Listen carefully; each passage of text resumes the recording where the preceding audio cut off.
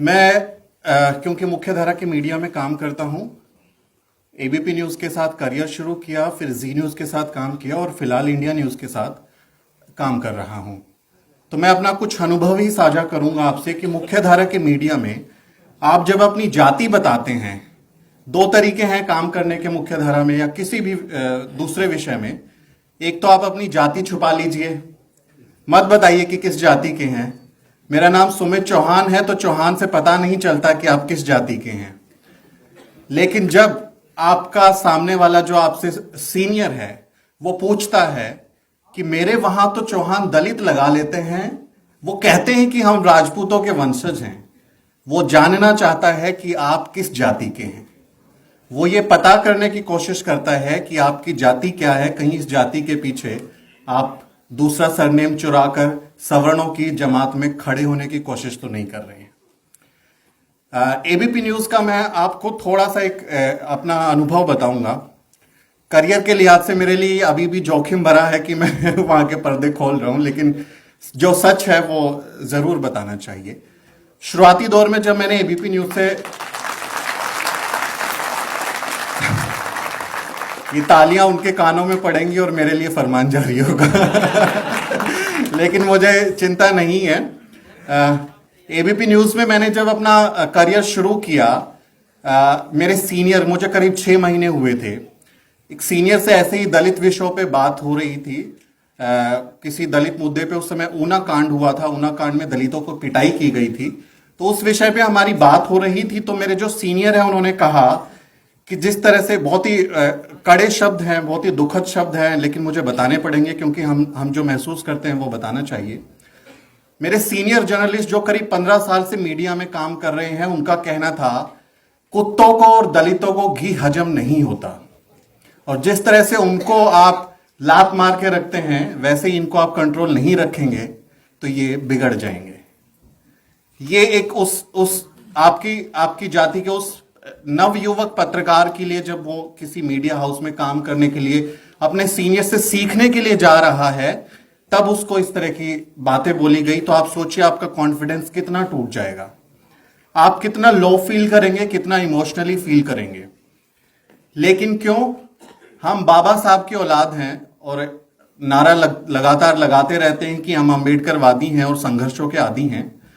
तो हमें किसी भी विषय में, जब किसी भी फील्ड में हम नौकरी करते हैं या कोई भी काम हम करते हैं, तो हमें उस फील्ड का मास्टर बन जाना चाहिए।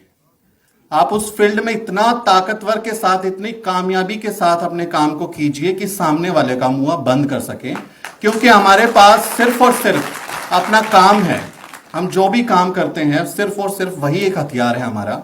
अगर आपने एक स्पेलिंग मिस्टेक कर दिया, आप टीवी देखते होंगे तो टीवी में नीचे टिकर चलता है, ब्रेकिंग न्यूज चलती है, कोई पैकेज चलता है तो लोअर और टॉप चलता है, उसमें एक स्पेलिंग मिस्टेक कर दीजिए तो क्या जवाब मिलेगा?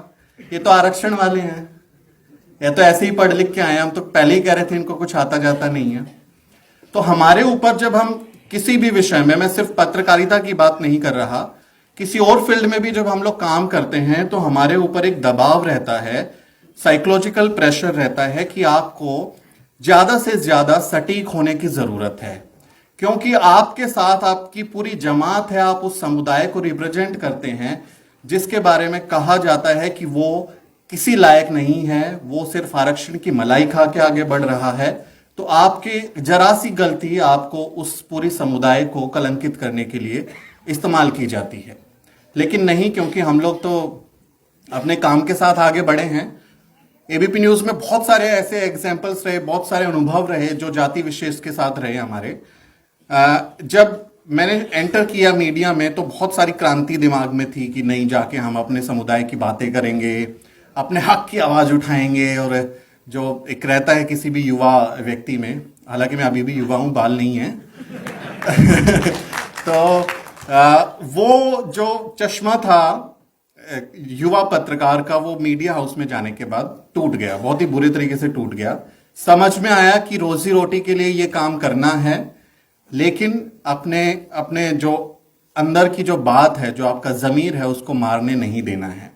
तो जहां संभव होता है, जहां भी हम अपने हक की बात रख सकते हैं, हम जरूर रखते हैं। मैं एबीपी न्यूज में अकेला दलित पत्रकार था, मैं इंडिया न्यूज में अकेला दलित पत्रकार हूं, और मैं जी न्यूज में अकेला दलित पत्रकार था। उन सबके बीच में जब आप काम करते हैं, आप डिसीजन मेकिंग लीजिए, आप स्टोरी आइडियाज डिस्कस कीजिए, आप किसी भी विषय पे जब तय होता है कि हमको क्या स्टोरी करनी है, आप जब रिप्रेजेंटेशन की बात आती है तो आप वहां पे नुमाइंदगी करते हैं अपने समुदाय की, और कोशिश रहती है कि कहीं से भी अगर हम कुछ भी मदद कर सकते हैं किसी विषय पे तो हम उसको करने की कोशिश करते हैं। जातिवादियों से नहीं डरते, उनके जातिवादी दंश से नहीं डरते, वो जो कहते हैं उसका जवाब देते हैं तथ्यों के साथ में, लफाजी नहीं करते। लफाजी चलेगी नहीं, आपको तथ्यात्मक चीजें रखनी होंगी, तथ्यों के साथ बात करनी होगी, चाहे वो 13 पॉइंट रोस्टर का मामला हो, चाहे नागरिकता कानून का मसला हो। आप जब तथ्यों के साथ काउंटर करेंगे तभी आप उन चीजों को डिस्कस कर सकते हैं। ऐसा नहीं है कि बहुत नेगेटिव मैं माहौल बना रहा हूं कि मीडिया में बिल्कुल ही खत्म हो गया है, हमारे लिए कोई जगह नहीं है। जगह आपको बनानी पड़ेगी। मुख्य धारा के मीडिया से अभी मैं जॉब कर रहा हूं, लेकिन मेरी उम्मीदें बहुत ज्यादा बची नहीं है मुख्य धारा के मीडिया से। लेकिन वैकल्पिक मीडिया आजकल बहुत अच्छा काम कर रहा है। हमारे यूट्यूबर्स हैं या दूसरे जो वेबसाइट्स पे काम कर रहे हैं, बहुत अच्छा काम कर रहे हैं ये लोग। ये काम आएगा 100 साल बाद मूक नायक के। हमारा जो अभी भी हम लोगों को मूक नायकों की जरूरत है जो दूसरे तरीके से प्लेटफॉर्म्स के जरिए निकल के आएंगे। अगर मुख्य धारा का मीडिया हमारी बात नहीं कर रहा तो हम खुद अपनी बात करेंगे, हम खुद अपने आवाज बनेंगे, और उनको जो करना है करने दीजिए, तो जो करना चाहते हैं करने दीजिए। उनका अपना पेशा है, उनकी अपनी मजबूरियां हैं, उनके अपने लालच हैं, उनके अपने हित हैं, लेकिन हम खुद अपने हिस्से की बात करें, अपने हिस्से को आगे बढ़ाएं। एक छोटा सा एग्जाम्पल इंडिया न्यूज का, जहां मैं फिलहाल काम कर रहा हूं, अगर ये वीडियो मेरे एडिटर को पहुंचेगी तो जरूर मुझे फोन करेंगे। जब ब्रेकिंग न्यूज कोई आती है तो न्यूज रूम का माहौल बड़ा ही एकदम एक्साइटेड हो जाता है, एकदम से अरे देखो बम फट गया, अरे देखो वहां पे ये हो गया। न्यूज रूम में ऐसा काम होता है। मैं अपने काम कर रहा था न्यूज रूम में, दीपक चौरसिया मेरे उस समय एडिटर थे, मैं उनके लिए शो बना रहा था, उनका शो मैं बनाता था। तो मेरे जो टीममेट हैं सडनली वो खड़े हुए और उन्होंने चिल्लाया बड़े ही जोर से, चमार घुस गए हैं इस न्यूज रूम में, देखो कितना हल्ला मचा के रखा है। You are working there, he knows that you belong to a particular community, but still that guy is taunting you on your caste identity. आप खड़े होते हैं, मैंने एकदम से खड़े होकर मैंने उसका हाथ पकड़ लिया बड़े प्यार से, एकदम से, गुस्से से नहीं, क्योंकि सीख लिया इनको कैसे डील करना है। फ्रस्ट्रेट हो जाएंगे तो खुद ही परेशान हो जाएंगे, अपना ही दिमाग खराब होता है, तो हमें अपने आप को दिमाग खराब नहीं करना है पागलों की वजह से। तो मैंने उसका बड़े प्यार से हाथ पकड़ा और मैंने कहा, भाई साहब, वो मेरे से करीब 15 साल सीनियर होंगे, लेकिन मेरे अंडर काम करते हैं, मेरी टीम में मैं उनको लीड करता हूं। तो मैंने उनको कहा कि भाई साहब, मैं इतना परेशान हो गया हूं इस ब्राह्मणवादी मीडिया में काम करके इतने सालों से, मुझे आज तक कोई मेरी जाति का व्यक्ति नहीं मिला इन न्यूज रूम्स में, मुझे प्लीज उसके पास ले चलो। मैं अपना दर्द उसको बताना चाहता हूं कि मैं कैसे तुम लोगों के साथ काम कर रहा हूं, मुझे प्लीज उसके पास ले चलो और दिखाओ मुझे कि कौन चमार है, मैं उसके साथ खड़ा होके अपना दुख तो रो लूं, मैं दुख तो बात कर लूं।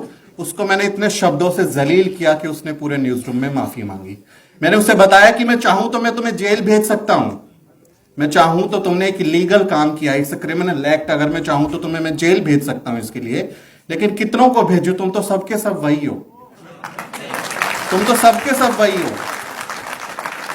अलग अलग तरीके से रूट की जाती हैं चीजें। जब आप लीड करने लगते हैं, जब आप लीडरशिप रोल में आते हैं, तो फिर आपके काम में कमियां निकाल देंगे, आपके आइडियाज को गिरा देंगे, आपके बॉसेस को जाके मेहनत आपकी है, आपने कोई कामयाबी हासिल की, लेकिन क्रेडिट कहीं और ही जा रहा है।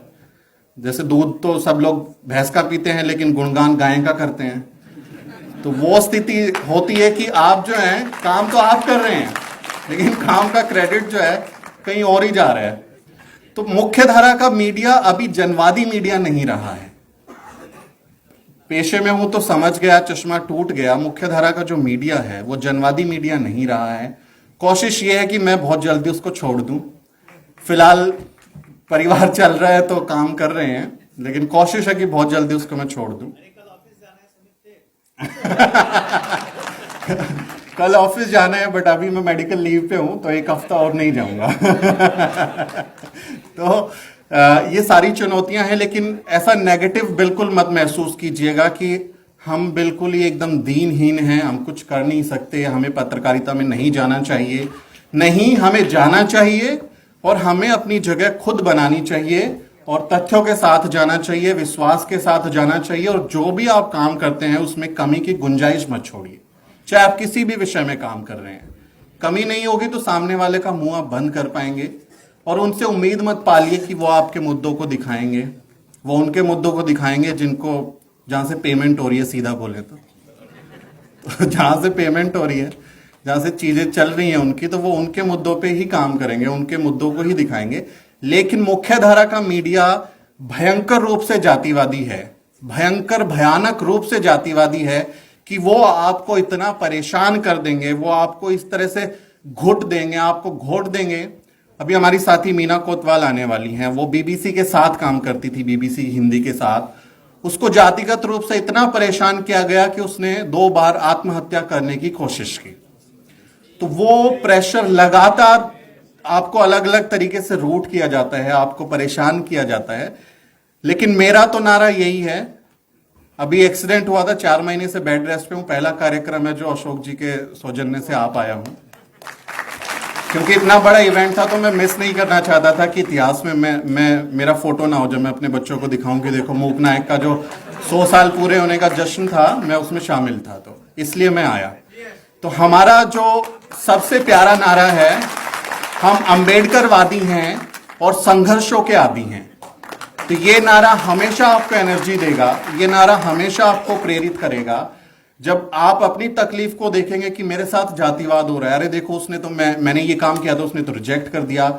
आप याद कीजिए कि बाबा साहब जब बड़ौदा में गए थे काम करने के लिए, उनको घर नहीं मिला था। आप याद कीजिए कि वो कैसे लंदन स्कूल ऑफ इकोनॉमिक्स में पढ़ते हुए पार्ट टाइम जॉब करते थे और फिर उन्होंने कैसे अपने आप को सक्सेस किया।